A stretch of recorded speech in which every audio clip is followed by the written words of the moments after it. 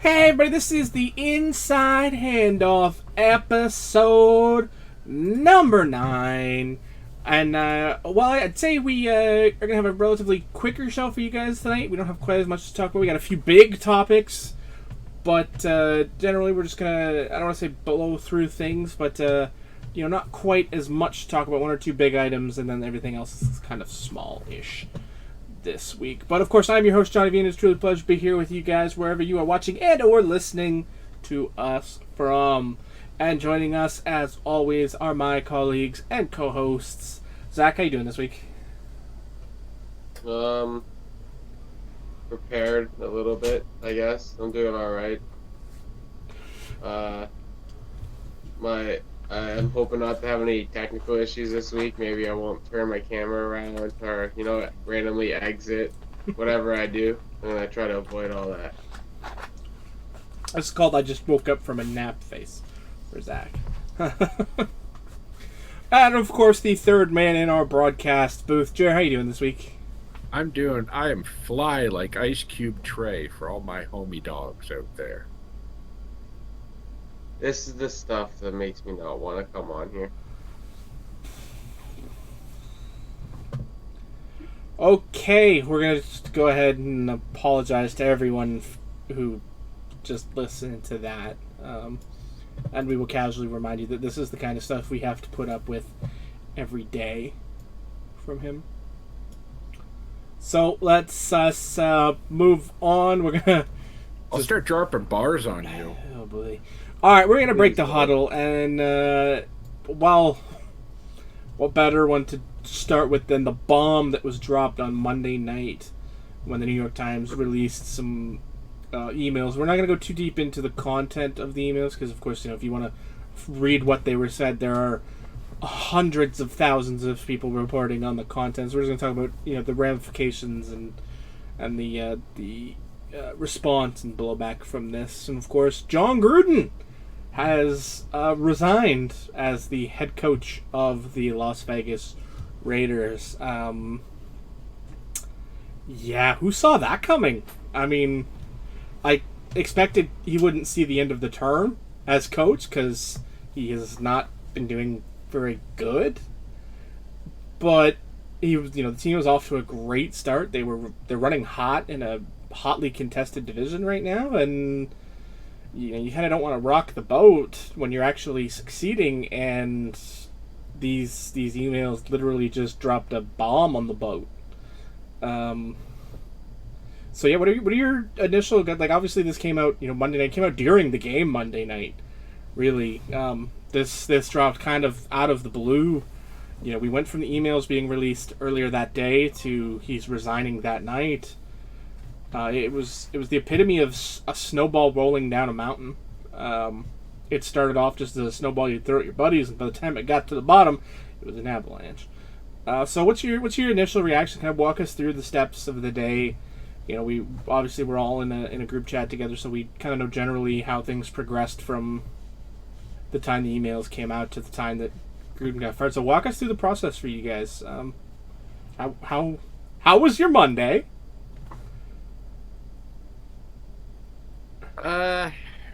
It came fast. It came quick. It was a lot faster than I thought it was going to go down. I mean, once it reached a certain point, we knew, okay, he can't come back from this. He'll resign during the week and quietly go away. And that was just when we found out about the first batch of emails, and that was kind of bad enough. And then we saw, just this trove of like hundreds of emails that came out, and by that point, it's just not only just a PR disaster, and that's not to limit the ramifications of this, but it's just so much so fast that you have to cut the snake off the head, right? So you just have to just make a swift, quick decision. And Gruden knew there was a point on Monday where, okay, I can't talk my way out of this. I can't survive this. He's up a creek without a paddle. And the ownership did what they had to do. Obviously, any owner would have to do that because you can't tolerate that anywhere. And even and an interesting point, not to veer away from it, but a lot of this that came out was when he was with ESPN using their emails. All of it was from a personal email account.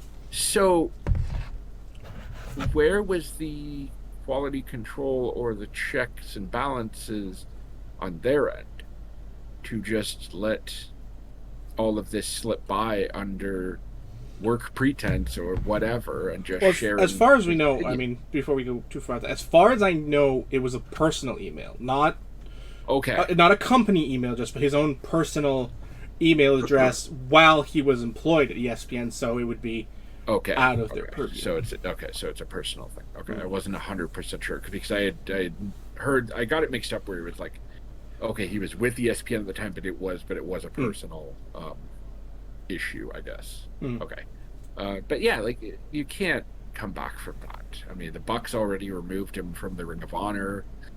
We're probably not going to be seeing QB camp anytime soon. So, he's definitely ain't walking back to ESPN. Exactly. So you shoot yourself in the foot. I mean, Jeff Fisher even released a statement today stating that the content of the emails did not reflect his views, even though he wasn't the one who wrote them. No. Just his decisions and whatever for the Rams were in the context of the emails, and he clarified his stance on it. So, which I think he kind of did when he made the pick, right? Exactly, right? Yeah. His views were enough there that he made the decision. So, but I thought it was cool that he kind of came out and reiterated his stance on things and towed the company line a little bit. Yeah, I celebrate Jeff Fisher Day. July 9th, it's a great day. Middle of summer, support the guy. I celebrate Jeff Fisher Day every day I fall a yard short of something. So, I mean, it is what it is, and unfortunately, he came out to be, a real scumbag in this. And sure, his views may have changed 10 years down the road, and he might be a different player. I mean, he has an openly gay player on his roster right now. Well, the other day. But it's just, you can't come back from that. Those were your views, and you believed that, and you wrote those thoughts. And even, 10 years later, hey, I'm a changed man. Well, that's great. But you still came out with that, and now it's public knowledge, and it's not worth it. So, I think and it sucks too, because finally we've been ragging on the Raiders for, months now.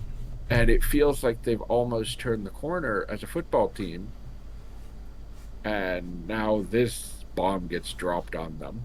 And I don't know if that'll affect them on the field. I know Carl Nassib took the day off today from practice. And,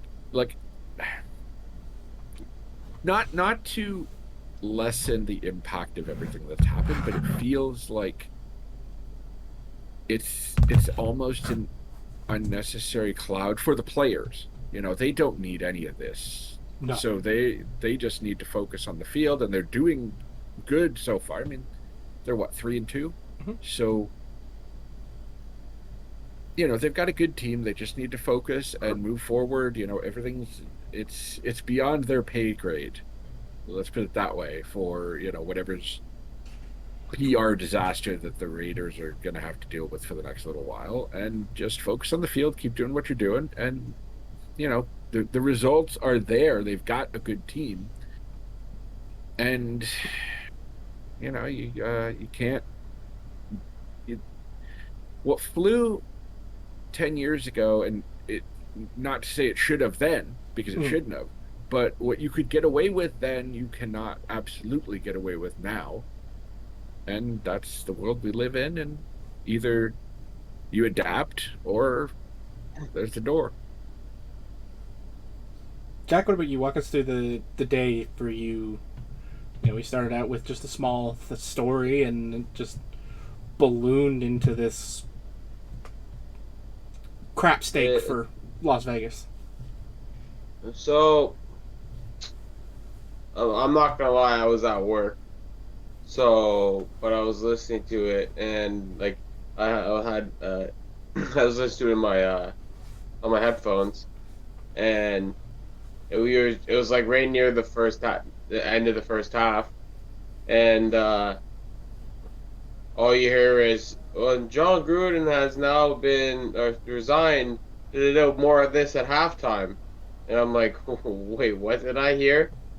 And I had to go to the washroom and try to check it out on my phone and such. But I can't say I'm overly like, okay. Obviously, I'm surprised because nobody thought of this of Gruden because you had no reason to up to this point. But once the context of the emails came out, absolutely not. I was not surprised how fast it happened. Las Vegas, the Las Vegas received the first email, was told to deal with it from the league. They decided to allow Gruden to coach football that week, or weekend, I should say. And apparently, the rest of the league was like, well, you're going to do something like that. You don't want to deal with it. Well, here's some more stuff. So, so throughout this, though, there's a lot going on. You guys have covered a bunch. Jared covered a lot on what's going on. I feel the same with Jared. I don't think there's coming back. I think his pro career as a football, anything, is done. Yeah, I don't think you'll see a career in pro football again. But I heard an interesting thing. Apparently, before, like when he first got the job as the coach of Las Vegas, he was interviewed and they was asked about social media and stuff and what people say. And I'm paraphrasing slightly because I didn't write down the quote. But he essentially told the reporter that nowadays what people say is gonna, even while it's small or whatever you don't think it is, it can come back and come and catch up to you. And he was gonna speak extensively to his players about that. Mm-hmm. So if he did have that conversation, as he was doing that, he was clearly being a hypocrite about it because he didn't follow those same guidelines. If he's got 7 years of emails doing that, and I just find the irony of that kind of funny, that as he was hired for the job that he is now resigning from or resigned from, one of the first questions asked was about your past and what you say and how it can catch up to you, and that's exactly how he just lost his job. I feel like if someone was writing a book about this, you know what I mean? That's foreshadowing on its own, right? Mm-hmm. You know? That'd be like a good way to foreshadow something, and you'd be like, oh my God, they're going to show. You'd be like, episode 2, when he said this. You know what I mean? They're hinting at that's how he's going to lose his job later. You know what I mean? I just found that kind of crazy how it all comes full circle. And I don't know how I see it is I'm not a huge fan of people's personal stuff coming out. I'm glad this did. I'm not going to pretend. But it's always a sketchy line when we go down this road. You know what I mean? But I understand it. And the one positive about this, because this is a negative thing, like you've said, it's hurting the Raiders, the players, the organization. Clearly, Gruden, not that we care, but his family, though, is definitely getting affected by this. The one positive I would say about this is that this should slowly weed out these the shitty people that are in this sport. It's probably not going to get them all out, but this should start the process of slowly weeding these guys out so there's less of this BS, because this should have never been happening. And the fact that it is, and stuff's like, there's a lot more emails to go through, and there's going to be traces, and I'm sure other organizations, if they get whispers of stuff, are going to want to wash their hands because they're not going to want to deal with what's coming. So I think that's the one positive, but outside of that, Gruden's done. I don't think we hear the name Gruden, whether it's him or his brother, for a while. Like, after this is all done, I mean. And way to mess up a pretty good contract. Yeah, I mean, you know, eventually you guys walked through the day, but for me, the day started off pretty simple. You know, you got the first the first email that came out, on the weekend before, and I thought I don't want to say that I thought it was right, because there's no, it was a bad look, but it was targeted at someone who is, to be frank, not well liked. Not just from the stance of being the head of the Players Association, but he's not exactly well liked within the Players Association either. I mean, yes, he just received a contract extension by the bare minimum number of votes necessary to get that extension. He's not a guy that's universally loved by the players. He's obviously not loved by management, because management never loves the players union, no matter who's running it.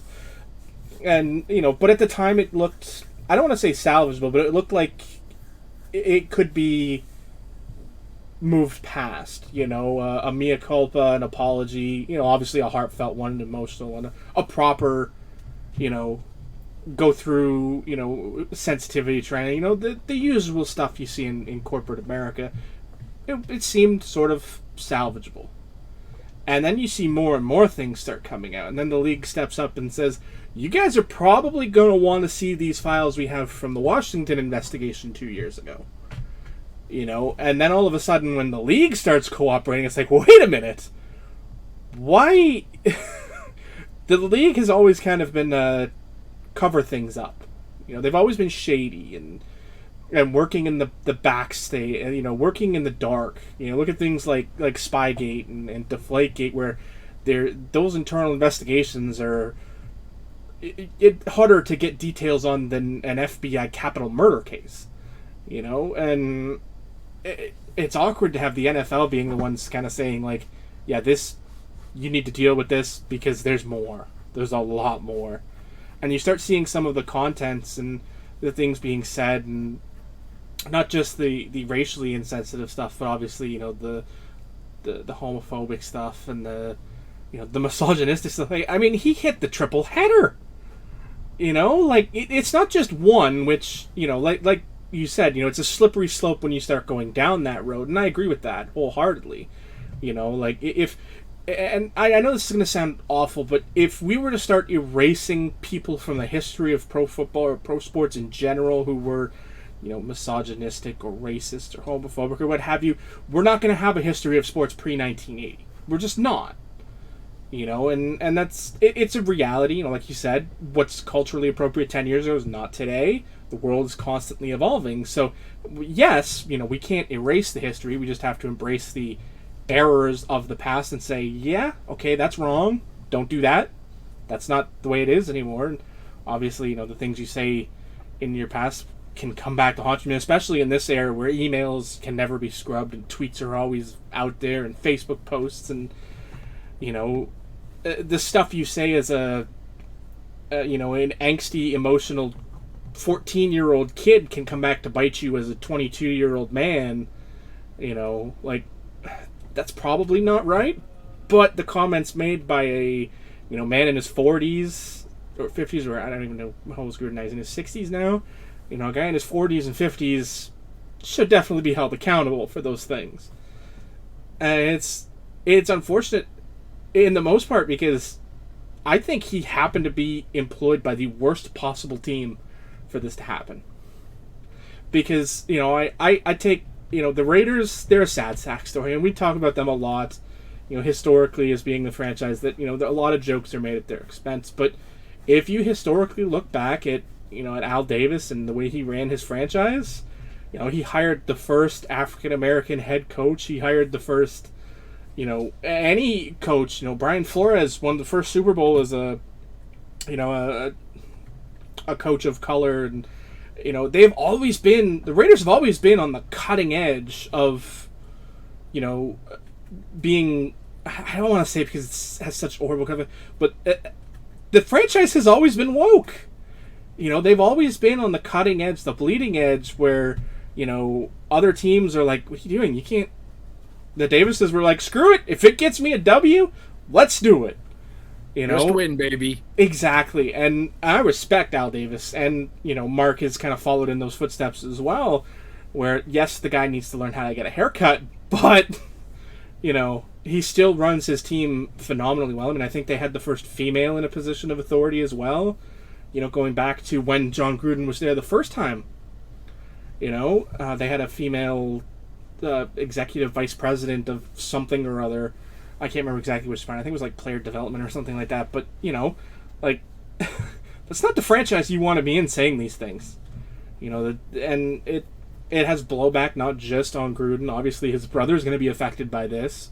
And let's be honest, he's probably not in the head coaching carousel this year. But, I'm sure he was probably being looked at for, like an offensive coordinator position or things like that.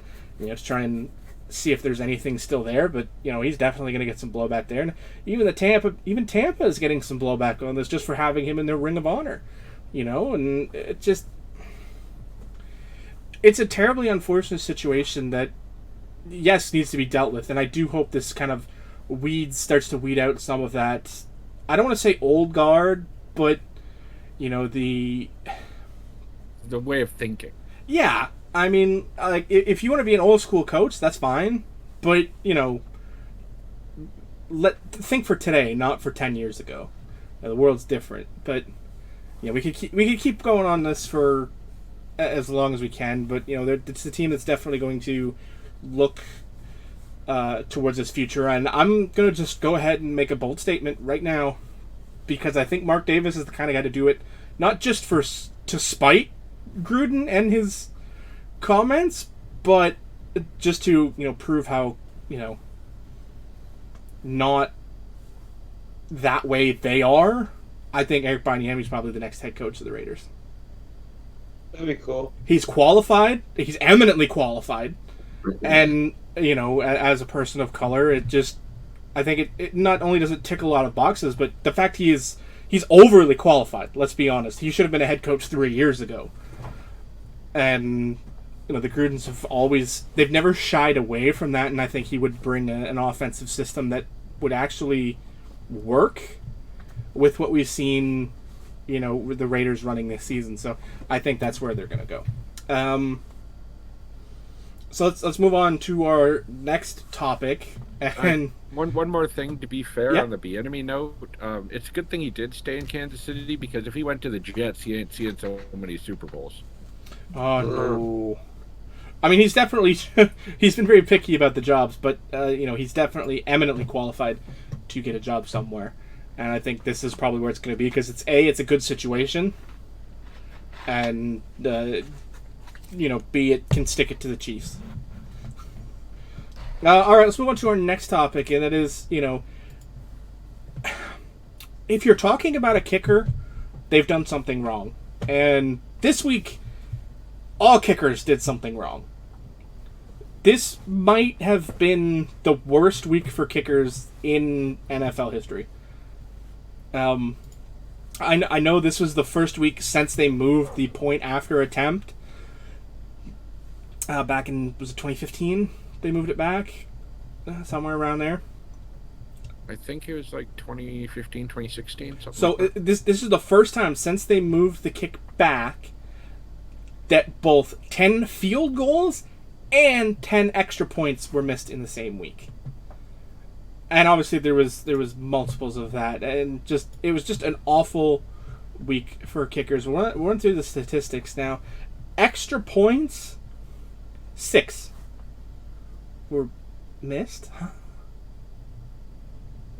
That doesn't quite add up to 10 and 10.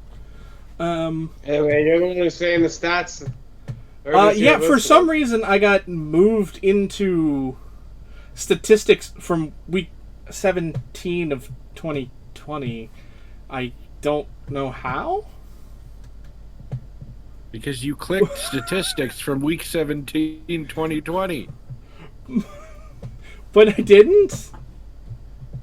We're not the one clicking of the buttons. It's the Operations NFL weekly dashboard analytics page, and it took me to week 17 of 2020. Maybe we're seeing a trend here. Either way, we all know that kicks were missed at an extraordinarily large number this week. I mean, look at all I have to do is say Bengals Packers. That game was just painful to watch if you're a special teams guy. How I feel about all this is I am extremely thankful that we don't have kickers in our leagues anymore. I mean, Because that I'll would be very admit frustrating that for a bunch of us. I do miss kickers and punters, or kickers and defenses. You know, I don't do. even Just because I like that sort of variety. But that's, you know, just that's me. I've always liked them. But trash. yeah, I mean, 2 weeks ago, I can't even seem to find the statistics anymore. I had them, but It's fine. whatever. It's lots of missed kicks. Lots of missed kicks. Lots of like. I've never seen it like this before. It's ridiculous this season in general. There have been so many missed kicks, and there's no reason for it either. I guess just a growing trend. Maybe the guys coming into the NFL just aren't as good. I was okay with it. I needed Jamar Chase points, even though I lost, but I was trying to get all the Jamar Chase points. I mean, I'll take the Joe he's a Burrow good points. kicker. I will If take. I would have beat you, Jer, if I just seen Alexanderson. Oh my God, Thanksgiving breaks my heart every year for fantasy football because I'm way too busy. So I just try to make sure I have a lineup set and go on my day. Didn't even see that. Yeah, Canadians, we tend to get, I don't want to say shafted Thanksgiving for football, but we kind of do, you know, depending on when you celebrate your holiday, whether that's Sunday or Monday. Me, I'm a Monday. My family's a Monday celebration, so I don't really miss much. But, yeah, and then we get American Thanksgiving in November, where we always forget that there's 3 Thursday games, not just one. Yeah, it's an all-day thing. Like, you know, people don't have jobs or things to keep them busy for a majority of the day, and we can't just sit at home, eat turkey, and watch football. Yeah, we did that in October, not November. Just a weirdly interesting one. Let's move on to the next topic. We had a couple of pretty big injuries this past week.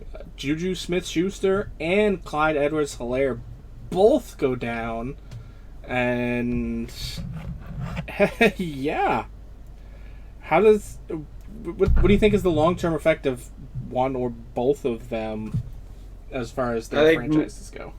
I think me and Jer, first of all, are both disappointed by that since we both just lost the guy to IR in our dynasty leagues. I lost JuJu, he lost Clyde. But for their teams, I think Kansas City will figure it out.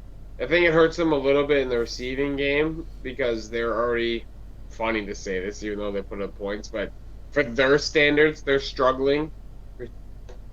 Outside of Tyreek and Travis, they're having trouble finding a consistent option. Demarcus Robinson does not look. They're hoping Josh Gordon turns into something. But so I think they get affected a bit, but overall not too bad because on the ground they're gonna do all right. When it comes to Pittsburgh, they're already having their issues with the offense. Now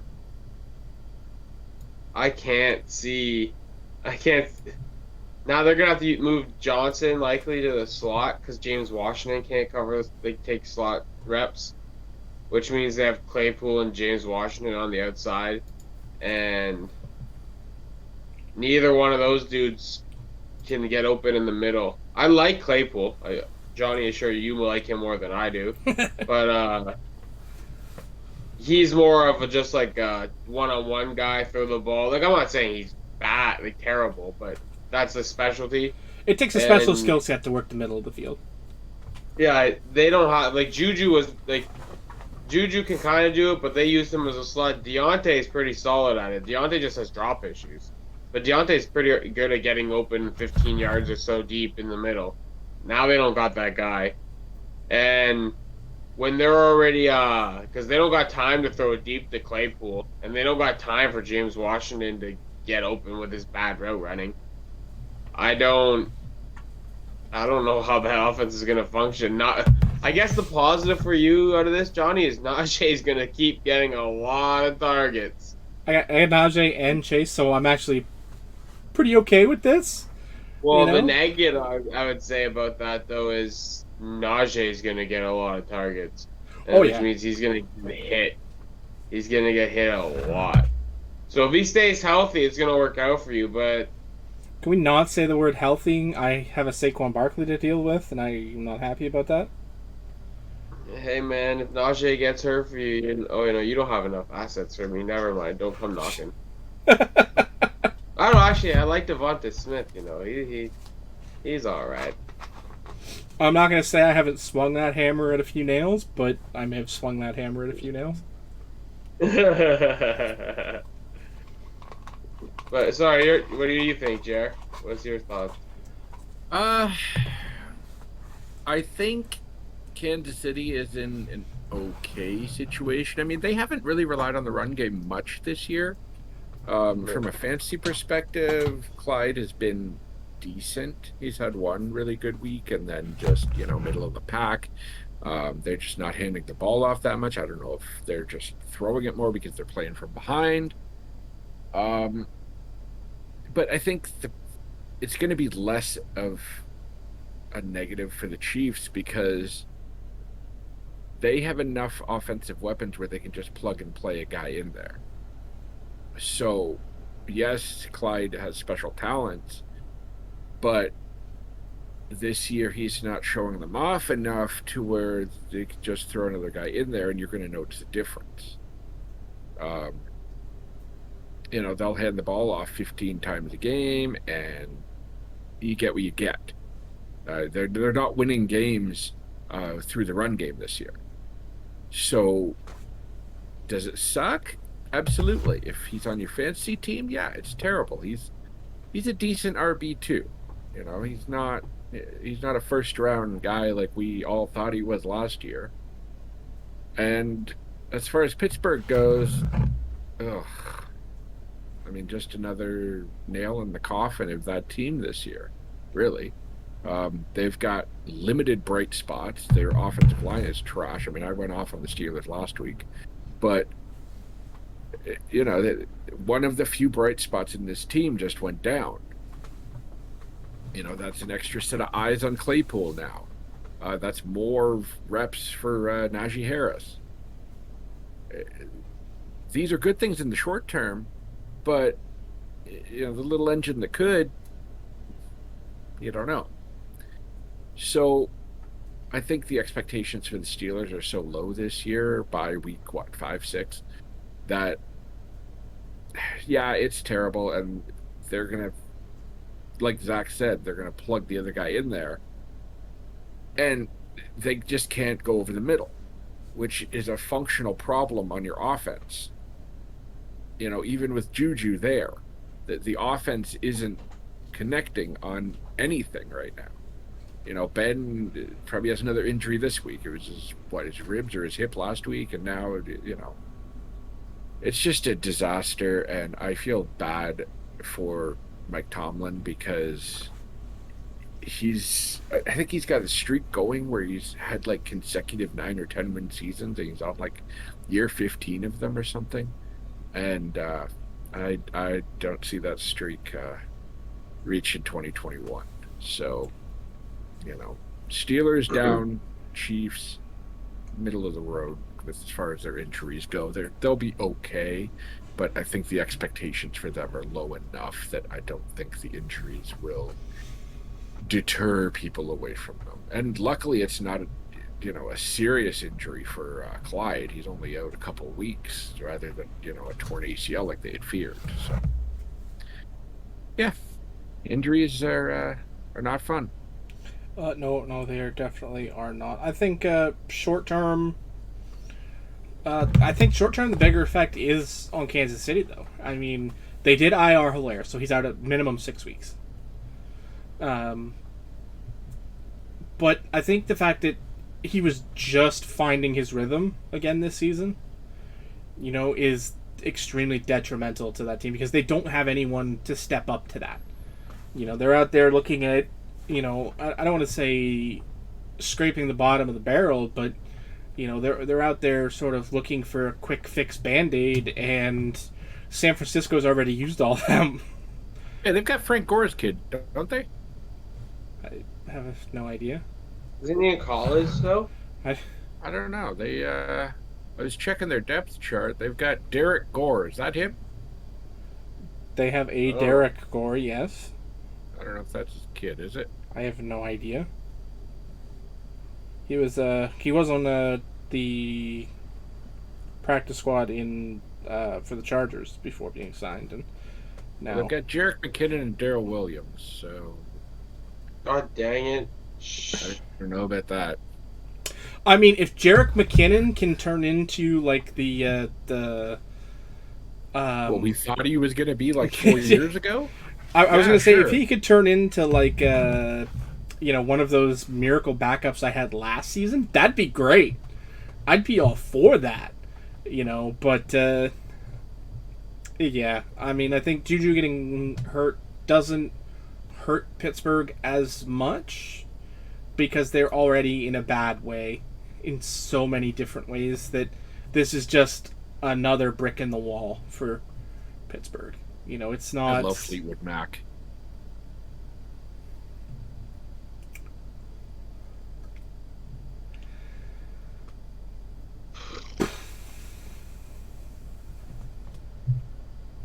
Okay, we've had enough time for people to write up their hate mail for you, and leave their comments in the comments section. So I mean, it just it doesn't hurt Pittsburgh nearly as much in the short term because they were already, they weren't going to win that division. It's one less piece of trash on fire in the dumpster. Yeah, I mean, unfortunately, this one's been taken out of the dumpster and placed into the recycling bin. It is what it is.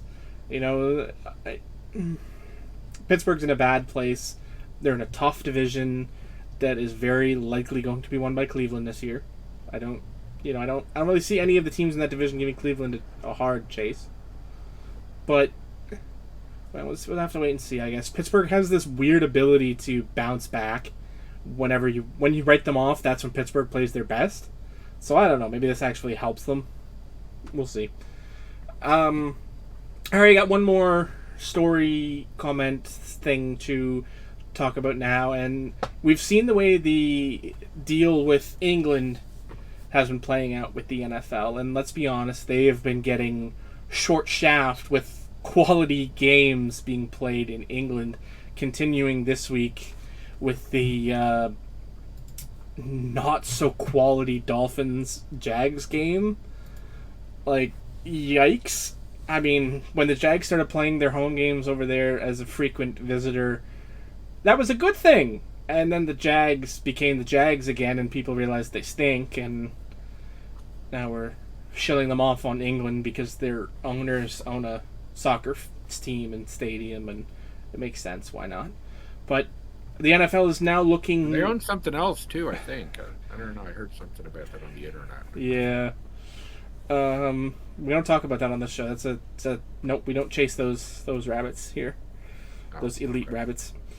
But now the NFL is looking to Germany to establish another international home there. And this is the question: is the NFL going to treat Germany better than they have England?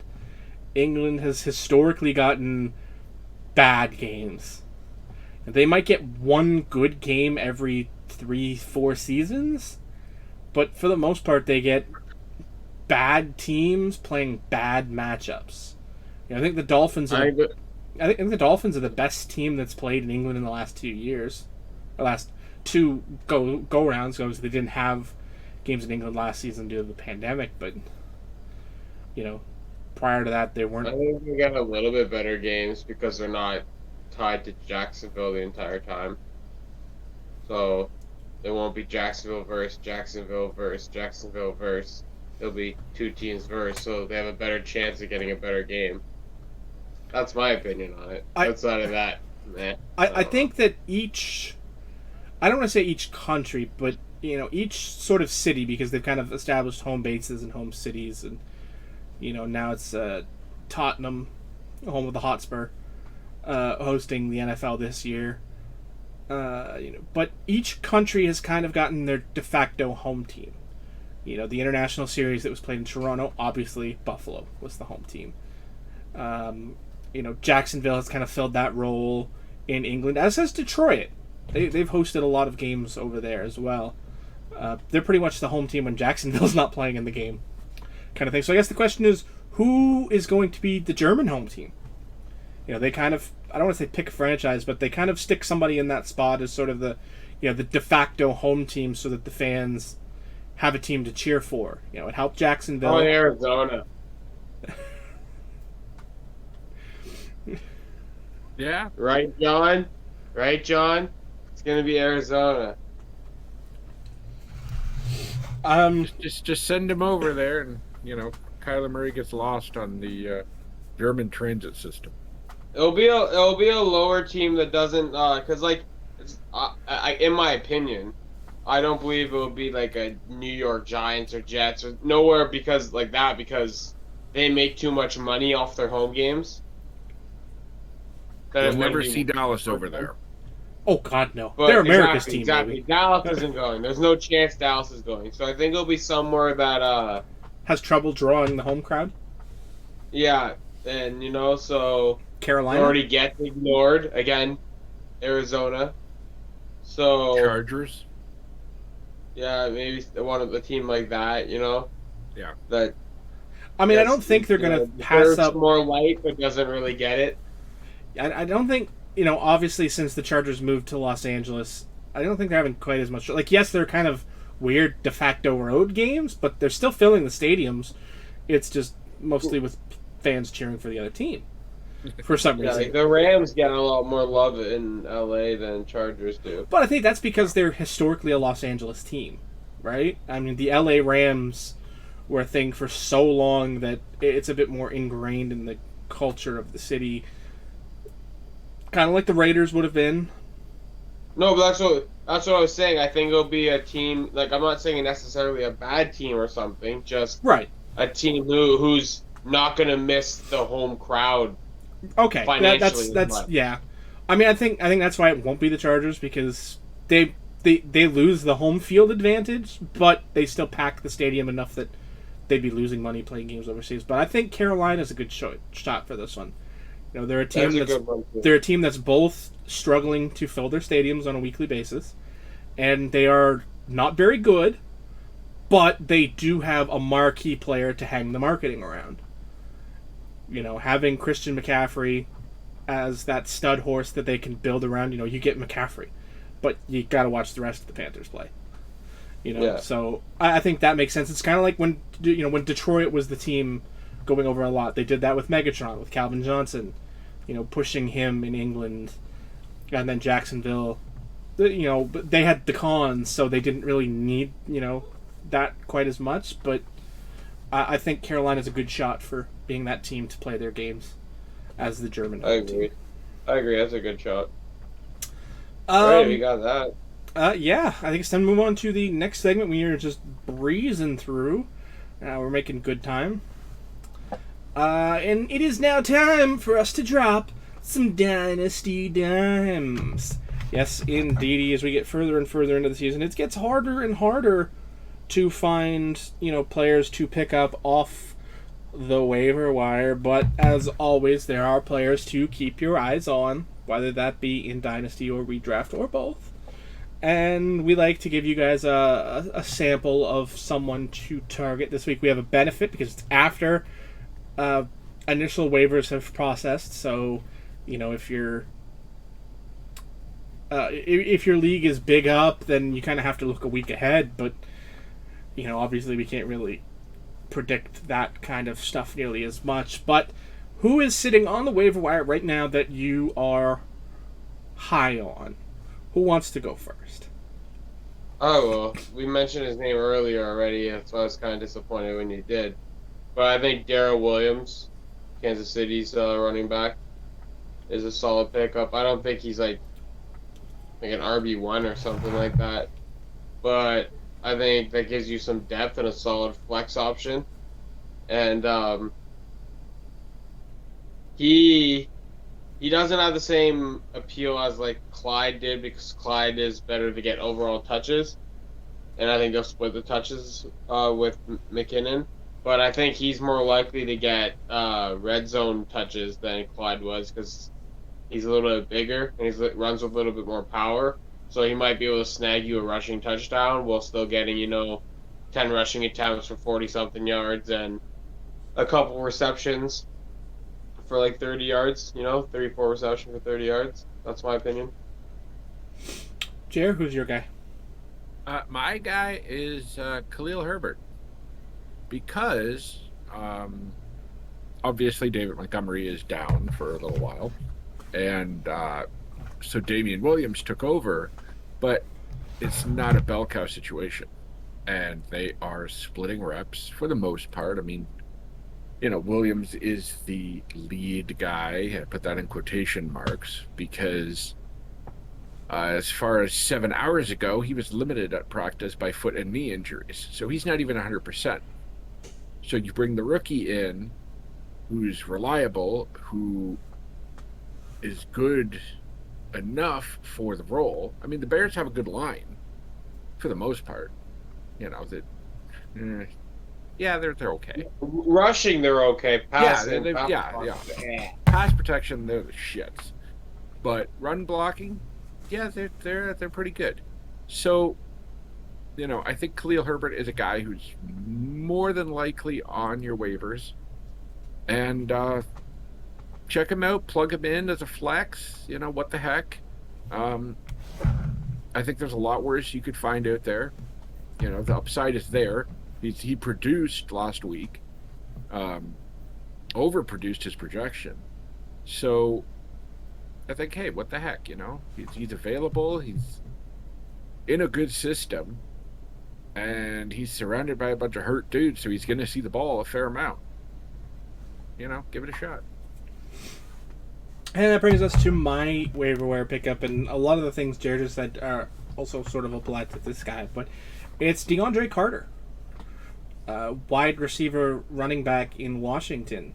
He gets plays on both positions every now and again. He gets snaps carrying the ball and he gets targets. And obviously Curtis Samuel getting hurt opens up a hole opposite Scary Terry that he can step into and fill. And he is coming off back-to-back weeks of double-digit point production. And that is for someone who is going to be in your flex bench option, or if you happen to find yourself in bye week hell, he's definitely a streaming option. Whether or not he has long-term value, who knows? Some of these guys, they can just be bang, bang, bang for a couple weeks and then you never hear from them again. We don't really know. But, in a I've got nobody else to play situation, throw a dart at DeAndre. Especially with bye weeks, Mm-hmm. You got to have a lot of flexibility with your lineup, and hey, what's the worst that could happen? Exactly. He puts up a 0. Is, okay, I would have got that playing somebody on a bye too. So, exactly. No harm, no foul. Now that brings us to our next question. The next times we like to pose a question and sort of walk you through the steps of our thinking process. And let's be honest. Usually it's based on a position that someone in our league finds themselves in. We kind of cherry pick situations from within our league and we discuss solutions and how you would handle the situation. And guess what? This week we're talking about my situation. And that is, how do you handle a position with no depth on waivers? Obviously in some leagues, most 12-team leagues with specifically Dynasty, you find yourself quite often in a situation where there are positions with absolutely no depth. You find yourself in a situation where you have 2 starters on your roster and a backup option, and guess what? The 2 starters are both hurt, are both injured. You are now left with a pseudo backup who's probably not going to do very much on a team that finds itself without their starting quarterback. How do you handle no position depth on waivers at a position you need to play? You offer Zach a trade third for Alex Collins. Isn't he a running back? Problem Yes. solved. Alex Collins, running back, Seattle. How does Third how does that round pick. how does that help a team that needs a tight end? I don't know. I think tight end is a tough position to be stuck on because the ceiling generally is lower. You know, the boom or bust is a lower prospect there. You know, if you get 6 to 10, that's a really good week with a tight end. And it depends on the offense. Isn't Cameron Braid on waivers? Has he even been a part of that offense this season? I made the mistake of I think picking him OJ up. Howard's getting more snaps. But I think he's on waivers. I can trade you Parham. He's got back-to-back touchdowns on the Chargers. It's cost you a third. I have so many of those to deal. Yes. And my depth is in trouble too, so I don't know. I would like to give you an answer on how to solve these issues, but I'm in current situation. Just I'm not position specific, I guess. But I can't find anything anyways, so there's nothing there. If you're in a deep league and you're beat up, I think you just gotta find a guy that you have to talk yourself into a guy having a better night than he's going to. Like right now, KJ Osborne's projected for like 6.5, and I'm just telling myself like it's been weeks, you know. I think it's Cleveland they're playing, Minnesota.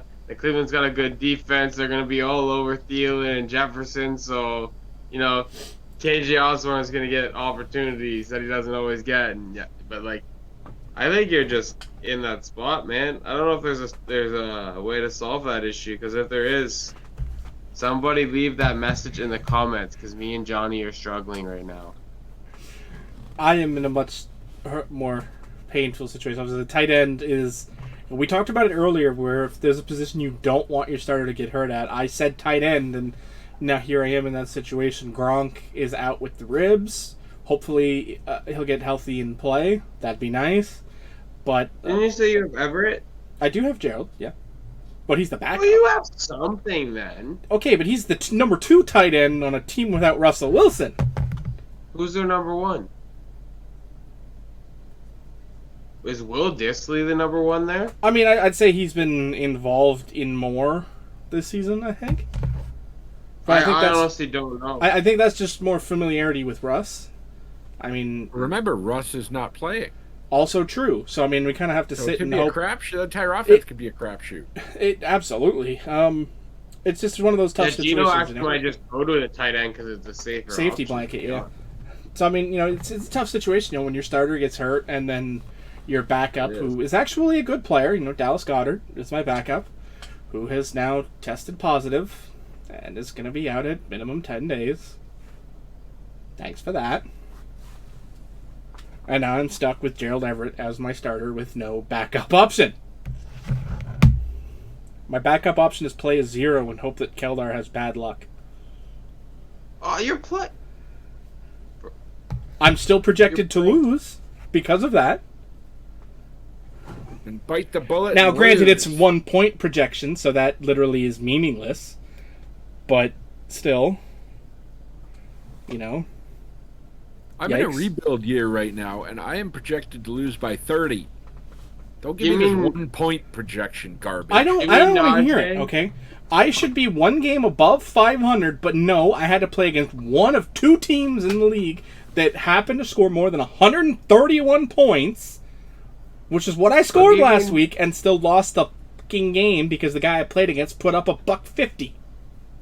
I'll give you Hawkinson for Najee, 1 for 1. Does that at least come with lube?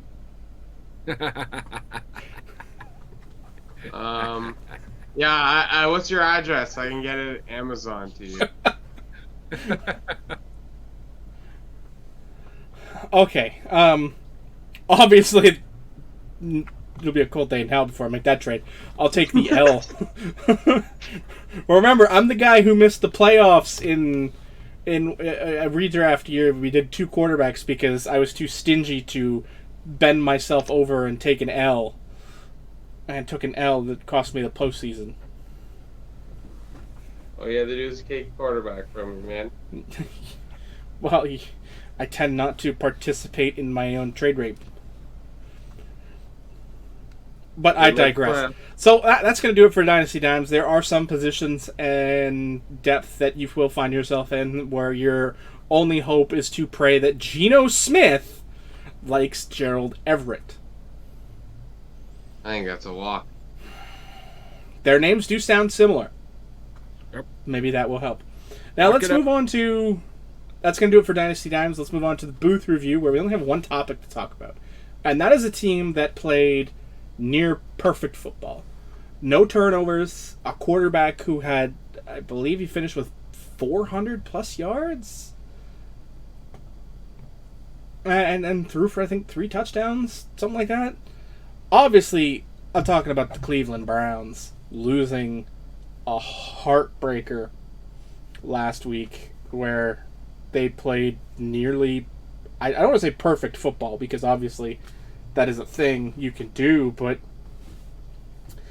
Baker Mayfield, 23 for 32, 305 yards, 2 touchdowns with a 2-point conversion and 2 carries for 8 yards, and the team still can't get it done, losing 47-42 to the Los Angeles Chargers because Justin Herbert decided to play like God and shaft me because that's what he did. So, I'm not trying to take anything away from Justin Herbert. Let's cover this now. Justin Herbert has been playing amazing football, and I expect him to continue to play amazing football.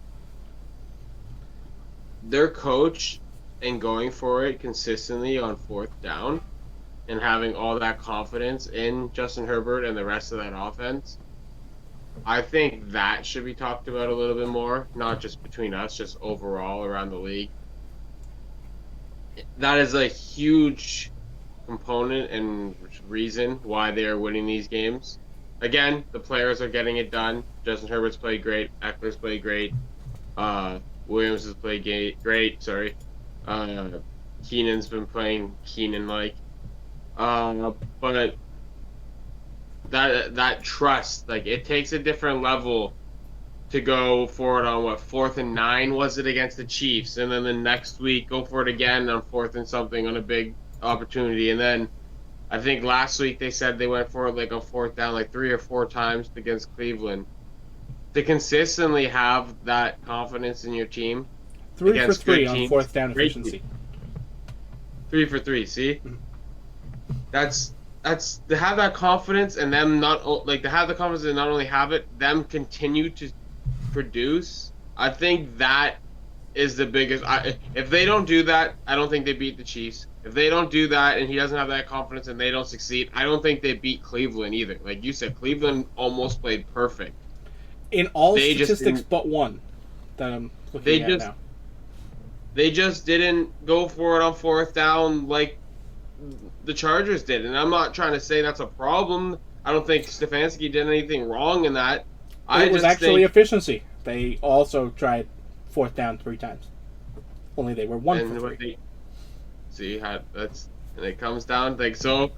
I guess I was wrong about how many opportunities, but I guess I was more right about the difference. Like I said, that 4th down is the difference between the Chargers' success this year and the Chargers.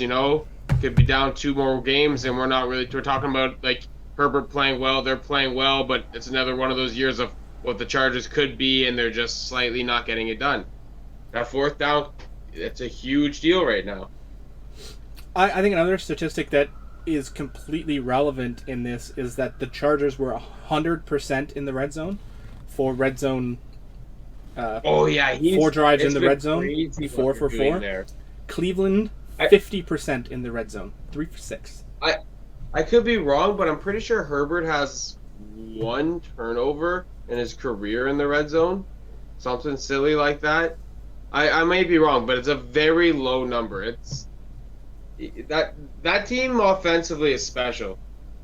It's fun to watch. Unfortunately, I have to play against it twice a year. Or I shouldn't say me, my Broncos.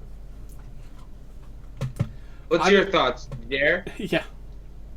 I think that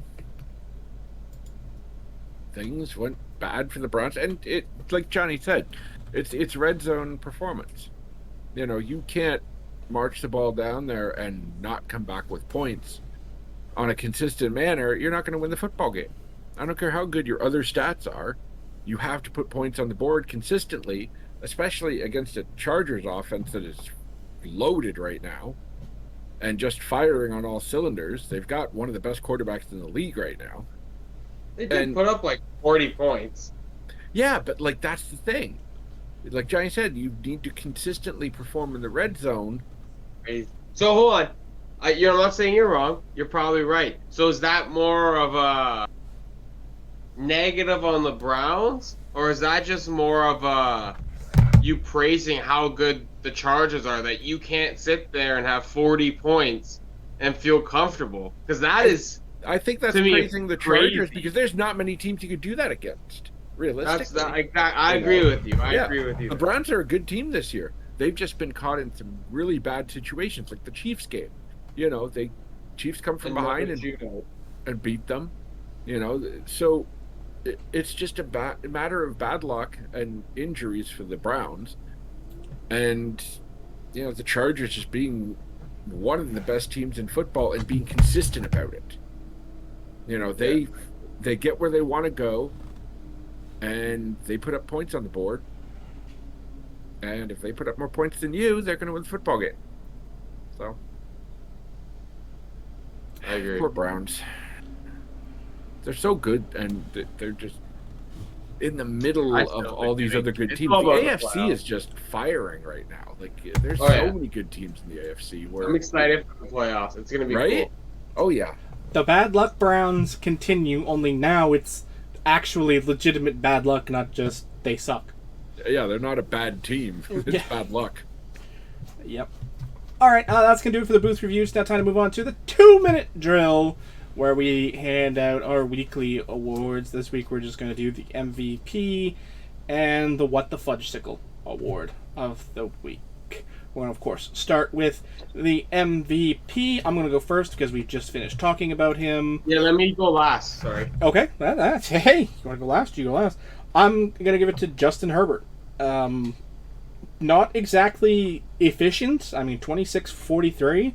But he threw 391 yards, 4 touchdowns, a 2-point conversion, and 4 carries for 29 yards with a touchdown. So 5 total touchdowns, 391 yards, and 29 additional rushing yards for, north of 410 yards total. I mean, that's a hell of an offensive game. We talked about that 4th down efficiency. We talked about that red zone efficiency. Again, no turnovers. So, come on. It's hard to argue against that performance to give Justin Herbert the MVP this week. Jer, who's yours? All right. Mine is Lamar Jackson, because he led the Ravens to a comeback over the Colts on Monday Night Football. Now, here are 7 crazy stats from the Ravens' Monday Night Football comeback victory over the Colts. 442. Jackson's passing yards against the Colts smashed his previous high of 324 yards. Here's a little more context to just how impressive this new number is. He had 335 passing yards in the second half and overtime. The first half was not really that good, and then he just lit everything on fire the rest of the game. 86.0. He completed 86% of his passes, becoming the first NFL quarterback in history to complete at least 85% of his throws while throwing for more than 400 yards. But he can't pass, though. But he can't pass. Yeah, he should be a wide receiver, right? Yeah. People get paid and have that opinion. What? Yeah, never mind. Let's see. 504. He did it in more than one way against the Colts. He also had 62 rushing yards on the night. That gave him over 504 yards of total offense. That ties him with Drew Brees, Jake Plummer, and Matt Schaub for the 13th most yards in all time in a single outing. The number 3. Carson Wentz had a good night too. He completed 25 for 35 for 402 and 2 touchdowns. They combined, Jackson and Wentz, for 844 yards and 6 touchdowns with 0 interceptions. They are the first quarterbacks in 3 seasons to both throw for 400 plus yards in a single game. Coincidentally, the last pair to do that, the latest game of the century, the Rams. Goff? Yep. Yeah. I got it. They combined for 478 plus 413, whatever that is. I don't have a calculator. But, yeah. So, 844 yards and 6 touchdowns for Jackson and Wentz in the Monday night game. Lots of offense. If you like offense, go back and watch the game. 120-1. Prior to Monday, the Colts boasted a 120-0 record when leading by 16 points in the fourth quarter since 1984. Jeez. Baltimore scored 2 touchdowns and 2-point conversions to tie the game, 25-25, and sending it to overtime. And then Baltimore marched down the field and won the game. So there went that record out the window. 1984, I didn't even exist. I'm the oldest guy in here. 43. The NFL record 43-game streak of rushing for 100 yards or more. Baltimore finished with 86 yards on the ground, so the Ravens will have to settle for being tied with the Steelers for the NFL's longest such streak. The Ravens' streak began in 2018 for 100 yards or more per game. Crazy. But, hey, they break enough records as it is, so it's okay they can lose out on one. And 34.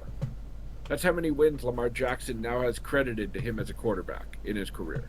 He is tied for the NFL record for most quarterback wins before the age of 25 with Dan Marino at the moment, so that record will probably be broken as he will not turn 25 until January 7th. So they won one more game and he's broken that record too. Holy. Yeah. Crazy game for the guy. And let's look at his actual stats in the game. 86% completion, 442 yards, 4 touchdowns, no picks, a QB rating of 140.5. What a stud. So, yeah. He had a pretty good day. Well, damn. And Zach, to round us out. Well, my MVP was Lamar Jackson. I, first of all, was not prepped like that. Nor I'm glad I wasn't, because I just got to learn a bunch about the guy I had picked. So I got nothing else to add there. And now let's double down on this. My WTF thing was the Ravens and Lamar's second half. And again, I'm not going to dive very much into that, because Jer covered that for me pretty well, too. So there goes my talking for 10 minutes. Thank you, Jer. That was great. You're welcome. You're welcome. All right, that's going to bring us to our What the Fudge Sickles awards for this week. Zach jumped ahead because his was very deeply criticized by Jer in his rousing proclamations of the success of Lamar Jackson, so he didn't really need to say much. I'm going to assume he probably has about as many notes for his WTF award as he did for the first one, because that's just usually how Jer rolls in these leagues. When he has notes, he has an overabundance of notes on everything, so I'm just going to assume he's got like a 10-minute discourse on his WTF award as well. So I'm going to jump in ahead and go ahead of him and say that we already discussed it a bit earlier in the show, and that is my WTF award is every NFL kicker, because these stats I actually did just pull up. 12 extra points were missed, and 12 field goals were missed for the most kicks missed in a week in the history of football. Dang. That's just sad. It's the first time that 12 extra points have been missed. It's the first week to have at least 10 missed field goals and at least 10 missed extra points since the point after was moved back from the 2-yard line in 2015. The 12th missed point afters ties a mark set in 2016. That ties week 12 missed kicks ties the record from week 11 2016 for the most PATs missed across the league in a single week in the Super Bowl era. Damn. That was a rough week. Yikes. Of course, that is epitomized as the worst for Mason Crosby, who hit 27 straight going into the day, missed 3 field goals and an extra point before nailing the game winner. But now he's got a streak going again. Great. Fantastic. All right, Jer, floor is yours. What's your WTF for this week? All right, mine is also the kicking game, but a specific game. The Patriots and the Texans. Oh, boy. Texans marched down the field with the first drive of the game. Took them 10 minutes, but they scored a touchdown. And then their kicker missed the point after. Okay, that's not too unusual. Patriots marched down the field, and they scored for the first time this year on their first possession of the game. So, way to go, New England. And then their kicker decides to join the competition and miss his kick. Okay, there's something going on here. And then the Texans answer with a quick 2-minute drive. There was like a 60-yard catch in that drive. Phenomenal stuff. I'm saying this about the Texans. So we're like, going into the second quarter, and the Texans go for the kick after that score, and they miss that one too. So it just sitting back and watching the game and just seeing these kickers repeatedly miss time after time, it just blew my mind as to, and then you're getting updates from all these other games, and you're sitting there wondering, like, what is going on? This is not normal. Yes, kickers miss more often nowadays. I'm not sure if there's a reason or rhyme for that phenomenon, but it's what happens. I remember watching a game, and you leave the room for the point after. You'd go get a drink because it would just be. It's a gimme. It's a gimme. So now there's a lot more, not intrigue, but the kickers just suck. The quality just isn't there anymore. So, yeah, the Texans Patriots first quarter and a bit was just some fascinating football everywhere but the kicking game. And I don't know going forward what the solution is going to be. I remember when teams would fire kickers for missing 2 kicks. Now, well, he's still our starting kicker because there's nobody else. So maybe drafting kickers, and maybe Tampa was onto something drafting kickers in the second round. Because you really do need the best of the best in the NFL right now. But that kicker sucked. That's it's a lofty goal to be a good kicker in the NFL right now. That kicker's not even in the NFL anymore. Yeah. What? I remember Rich Eisen losing his mind on that pick. Yeah, but I mean, Rich Eisen loses his mind about most picks, let's be honest. Unless they agree with what he chose. All right, that's going to wrap up the 2-minute drill, and it's now time to head into the pick'ems. And boy, oh boy, did we have an interesting week. And yet again, atop the leaderboard, there is a tie. And this week, Jer is not included. Zach and Zach stays on top, continuing. This is the second week in a row where Zach has tied or held the lead for the week. He and I both picked up 11 correct out of 16. Jer, 500. Bad week for you. Everybody picked the Rams. Jer, you picked the Jets to go over the Yeah, Falcons. I thought of that when I watched that go down. Oof. I'm the only one who picked the Packers. Seriously, guys? You suck. But I'll take the point. Everybody picked the Vikings. Everybody picked the Broncos, and they lost to the Steelers. Everybody picked the Bucks. Jer, you picked the Washington football team to go over the Saints. Oops. Everybody picked the Panthers, who lost. Everybody picked the Titans and the Pats, who both won. Zach, you picked the Bears, who beat the Raiders. Good on you for that pick. Everybody picked the Browns to go over the Chargers. Oops. Everybody picked the Cowboys this week. Everybody picked the Cardinals. Everybody picked the Chiefs to go over the Bills. That's another oopsie. And everyone picked the Ravens to go over on the Monday Nighter. So 11-11-8 were our scores for Week 5. Now we head into Week 6, where, of course, for the first time, 4 teams have byes. This week, not playing is the Falcons, the Saints, the Jets, and the 49ers. So To be fair, the Falcons spent the first 5 weeks not playing either.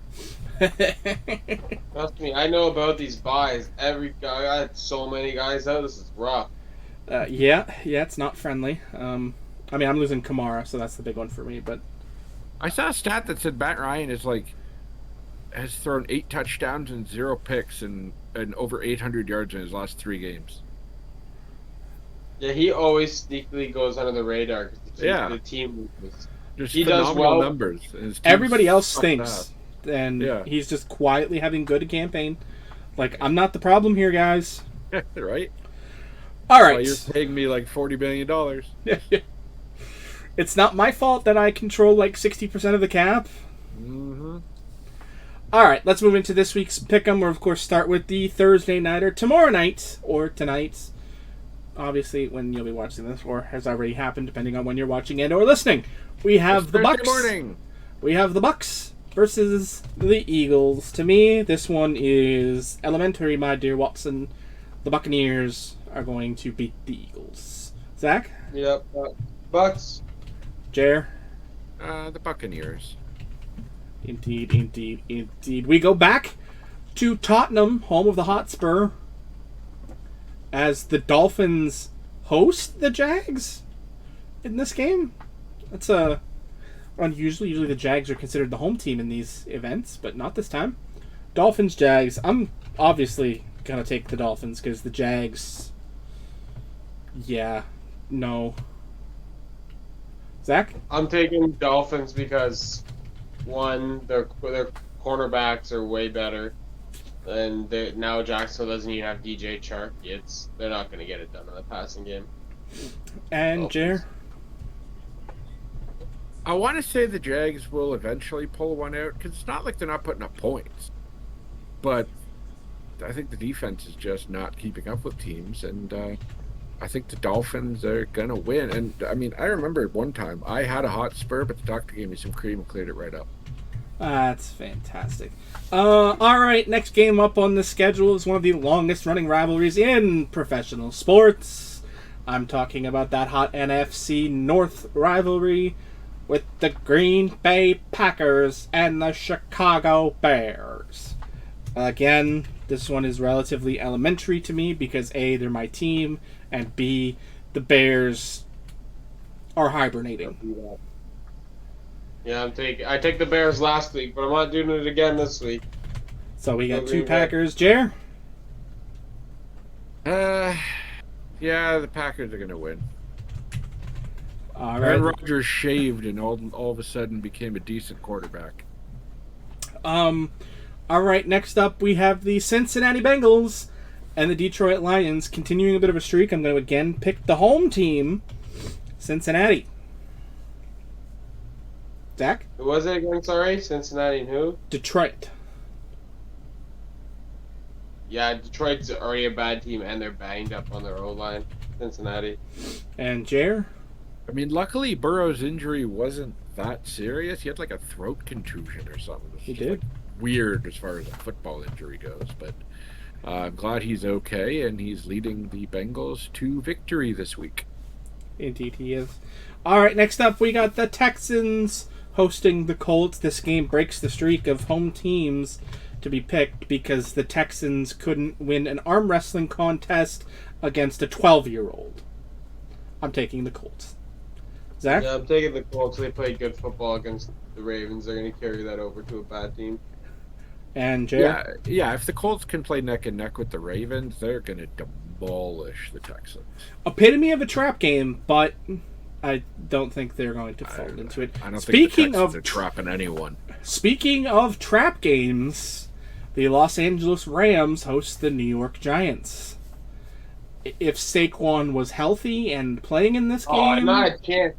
They got nobody. I'm saying if Saquon and Daniel Jones were healthy and playing in this game, then maybe. But... Not a chance. Not a chance, mate. You became Australian in the last 30 seconds? It's the Rams. I'm also picking the Rams because the Giants are banged up, hurt, and injured. Jer? The Rams are going to deliver a spanking. I believe it. All right, next up we have the Chiefs hosting the Washington football team. Washington is not... not going to cut it.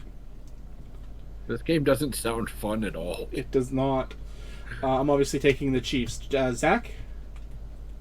Oh, Chiefs. And Jer? Yeah, the Chiefs. Both these offenses are just... We're like, everyone's picked the same so far. So far, there is zero differentiations. Let's see if we get some in the back half. Vikings host the Panthers. Again, I'm gonna pick the Vikings because I'm still, if McCaffrey plays, he's still gonna be just coming off the bang up injury, and I just don't know exactly how hot he'll be. So I'm gonna take the Vikings. Zach? I'm taking the Vikings. I put money on it, so that's ugly. And Jer, round us out. Well, if he put money on the Vikings, then I'm going to have to go the other way. No, I'm kidding. The Vikings. Usually that is the smart thing to do, as we have come to learn being in a league with Zach for the last few years. You hope to not wake up Sunday morning and have him say he put money on your team. All right, next up, this game is going to be a banger, boys. If we were later in the season, I think it would be flexed to prime time, but it drew early. We got the Chargers hosting the Ravens. This one is going to be a barn burner. Is that a 4 o'clock I got game? Chargers. I'm not sure because of the bye structure. I would have to actually check that to see, and I will do that extremely quickly as I kind of rigmarole my way here to that answer. It is the last of the 1 o'clock games. Zach, you said you're taking Chargers? Yeah. There's going to be like 127 points, but I like the Ravens.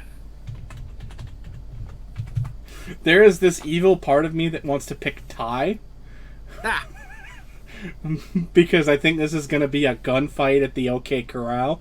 If this game doesn't go to overtime, I'm going to be ridiculously shocked. I think Jer's right. No matter what the point spread is on this game, take the over. Mm-hmm. I don't care if the point spread is 120 points. Take the over. Yikes. I'm gonna pick the Chargers. I think Herbert is just playing too good right now, and I think the Chargers have a better shot at stopping the Ravens' offense. All right, now we're into the 4 o'clock games. As the Arizona Cardinals, and another banger to start off the 4 p.m. games, the Cardinals host the Browns. Will the Browns be the ones to stop the Cardinals? I am going to say yes. The Cleveland Browns will put a stop to the train that is the Arizona Cardinals, because I think they're going to be playing angry after the game they played last week. I think it's one of those games where everything goes right and you still lose. This is going to be one of those ugly ones that you win. I'm taking Arizona. Can't really be mad at that. And Jer? Mm, yeah, I think Arizona. All right. If we were on the NFL Network, I'd have to put on the Lone Wolf hat and howl. Oh, Thank God we're not yeah, them. like howling like that idiot Michael Irvin. I think Irvin howls better than Mooch. When Mooch howls, it just yikes. True. All right. Next up, we've got the Raiders with their new interim head coach hosting the Broncos. Broncos. I think I have to pick the Raiders here. I think they're going to be in prove it mode. You know, they're going to try and put everything behind them in such a way that they make a definitive statement that Gruden wasn't the reason we were performing well. We are a better team without him. Zach, who did you pick? I wasn't paying attention. Broncos. And Jer, wrap us out.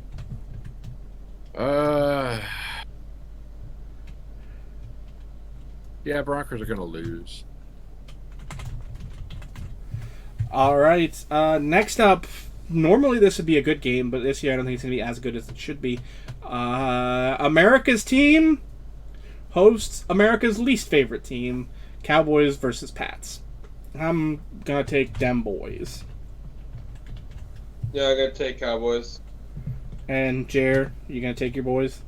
Yep. Cowboys are going to turn Mac Jones into Smack Jones. Oof, that was not good, buddy. Are we almost done? I can't do anymore. Yeah, we got 2 more games to go, and then we can get out of here. Seahawks host Steelers. This game is going to be well, it's in prime time, so we're going to be watching it. Yikes. Cannot in good conscience pick Geno Smith to win a football game in 2021. So I'm going to pick the Steelers. Zach? Steelers. And Jer? Seahawks. Woof! All right.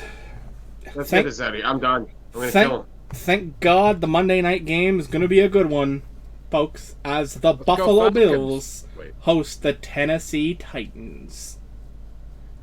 This game is going to be a banger. I am going to take the Titans. I hate doing that. I'm going to go Bills. And Jer? I think the Buffalo Bills will win this football game. Sweet. Squeezy jibs. All right, folks, that is going to do it for this fine evening. We hope you guys had as much fun as we did talking about some rather bleak things going on around the NFL. Zach, Jarrett's, as always, been a pleasure. You can find us on Facebook at The Inside Handoff or on Twitter at HandoffInside. Folks, we'll see you next week.